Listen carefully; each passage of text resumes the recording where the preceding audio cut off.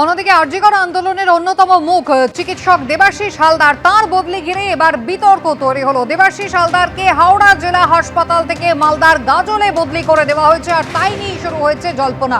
সরাসরি চলে যাব, সন্দীপ সরকার রয়েছেন আমাদের সঙ্গে। সন্দীপ, কি সমস্যা হয়েছে? যোগাযোগ বিচ্ছিন্ন হয়ে গিয়েছে আমাদের প্রতিনিধির সঙ্গে, আমরা আবারও কথা বলার চেষ্টা করব।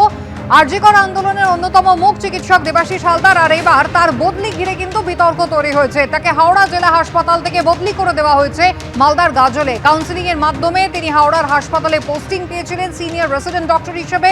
জয়নিং লেটারে কিন্তু হাওড়ার বদলে মালদার গাজলের নাম লেখা রয়েছে।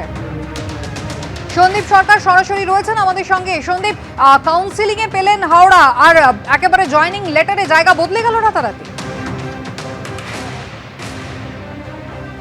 একেবারেই তাই। কাউন্সিলিংয়ে দেবাশিস হালদার তিনি সিনিয়র রেসিডেন্ট হিসেবে নিজেই যে সমস্ত অপশান ছিল তাতে তিনি পছন্দ করেছিলেন হাওড়া জেলা হাসপাতাল। দ্বিতীয় বর্ষের সিনিয়র রেসিডেন্ট। এর আগে তিনি কলকাতা মেডিকেল কলেজের রিজনাল ইনস্টিটিউট অফ অপথলমোলজিতে ছিলেন প্রথম বর্ষে। দ্বিতীয় বর্ষের কাউন্সিলিংয়ে তিনি তার পছন্দের জায়গা হিসেবে চয়েস করেছিলেন হাওড়া জেলা হাসপাতালকে। হাওড়া জেলা হাসপাতালে তার যোগদানের অর্ডারও বেরিয়ে যায়, কিন্তু জয়নিং অর্ডার যখন ফাইনালি বেরোচ্ছে গতকাল সন্ধ্যাবেলা, তখন দেখা যায় যে হাওড়া জেলা হাসপাতাল বদলে হয়ে গিয়েছে মালদার গাজলের মহকুমা হাসপাতালে। এখন এখানেই তারা প্রশ্ন তুলছেন। তাদের অভিযোগ, তাদের দাবি যে অভয়া আন্দোলনের সঙ্গে যুক্ত থাকার কারণে, আরজিকর মুভমেন্টে যুক্ত থাকার কারণে প্রতিহিংসামূলকভাবে এই সিদ্ধান্ত নেওয়া হয়েছে। এখন যে প্রায় 678 জনের তালিকা বেরিয়েছে যারা সিনিয়র রেসিডেন্ট হিসাবে বিভিন্ন জায়গায় কাউন্সিলিংয়ের মাধ্যমে যারা বিভিন্ন মেডিকেল কলেজ, হাসপাতাল, জেলা হাসপাতালে ডিউটি পেয়েছেন, দেখা যাচ্ছে যে এই 677-78 জনের তালিকার মধ্যে একমাত্র দেবাশিস হালদার জুনিয়র চিকিৎসক, তারই পোস্টিংয়ের জায়গা বদল হয়েছে। এখন শুধুমাত্র তার পোস্টিংয়ের জায়গা বদল হওয়া এটা কোনো অনিচ্ছাকৃত ত্রুটি নাকি এটা উদ্দেশ্যপ্রণোদিতভাবে করা হয়েছে, তার ব্যাখ্যা চাইছে West Bengal junior doctor front. যে কারণে ওয়েস্ট বেঙ্গল জুনিয়র ডাক্তার ফ্রন্টের প্রায় সব সদস্য তারা আজকে এসে পৌঁছেছেন স্বাস্থ্য ভবনে। এই মুহূর্তে স্বাস্থ্য শিক্ষা অধিকর্তার ঘরে তারা গিয়েছেন। তাদের দাবি যে এই যে সিদ্ধান্ত নেওয়া হয়েছে এটা প্রতিহিংসামূলক সিদ্ধান্ত, এবং এই সিদ্ধান্ত বদল যদি না করা হয় তাহলে তারা প্রয়োজনে আইনের দ্বারস্থ হবেন। কেননা এই ধরনের ঘটনার কোনো নজির নেই যেখানে কাউন্সিলিং প্রক্রিয়ার মাধ্যমে একটা নির্দিষ্ট জায়গায় তিনি ডিউটি পেয়েছেন, বন্ড পোস্টিং পেয়েছেন, আচমকা তার পোস্টিংয়ের ক্ষেত্র বদল করা হয়েছে। যদিও এ বিষয়ে স্বাস্থ্য ভবনের তরফে এখনো কোনো সরকারিভাবে কোনো প্রতিক্রিয়া মেলেনি। কুসুমিতা, একেবারেই সন্দীপ, তুমি আমাদের সঙ্গে থাকো। ইতিমধ্যেই আরজিকর মেডিকেল কলেজের যে ঘটনা, ভয়াবহ ঘটনা ঘটে গিয়েছিল, সেই আন্দোলনের অন্যতম মুখ চিকিৎসক দেবাশিস হালদার, এবার তার বদলি ঘিরে কিন্তু বিতর্ক তৈরি হলো। তিনি নিজে পছন্দ করেছিলেন কাউন্সিলিংয়ে হাওড়া জেলা হাসপাতাল, এবং সেখানে দেখা যাচ্ছে যে সিনিয়র রেসিডেন্ট হিসেবে হাওড়া জেলা হাসপাতালে পোস্টিং পেলেও জয়নিং লেটারে কিন্তু উল্লেখ রয়েছে মালদার গাজলের, আর এতেই কিন্তু তৈরি হয়েছে জল্পনা।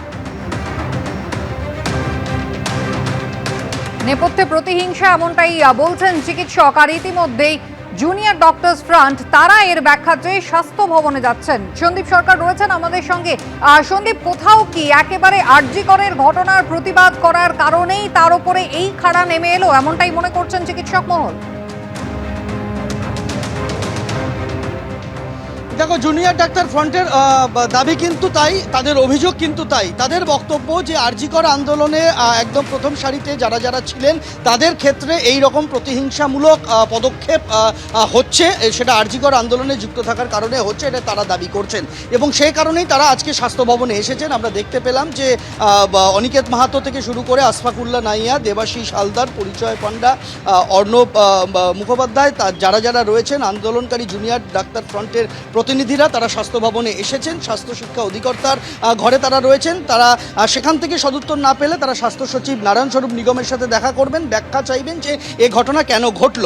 তাদের দাবি এটা প্রতিহিংসামূলক, এবং এই গোটা বিষয়টা তাদের ব্যাখ্যা যে অতীতে এর কোনো নজির নেই। কেননা কাউন্সিলিং যখন হয়, কাউন্সিলিংয়ে একটা নির্দিষ্ট হাসপাতালের তালিকা থাকে, সেই তালিকা মোতাবেক কে কেমন র্যাঙ্ক করেছে, কে কেমন নম্বর পেয়েছে তার ভিত্তিতে তাকে পছন্দ করে নিতে হয় যে তিনি কোথায় যেতে চান।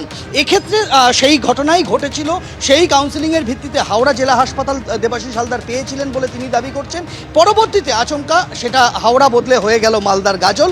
সে কারণেই তারা এসেছেন স্বাস্থ্য ভবনে এই মুহূর্তে তাদের ব্যাখ্যা তলব করতে। তারা জানতে চান যে কেন এই কাজ হয়েছে, কেন এই ঘটনা ঘটেছে। সন্দীপ, ধন্যবাদ। চিকিৎসক দেবাশিস হালদার তিনি কি বলছেন দেখুন।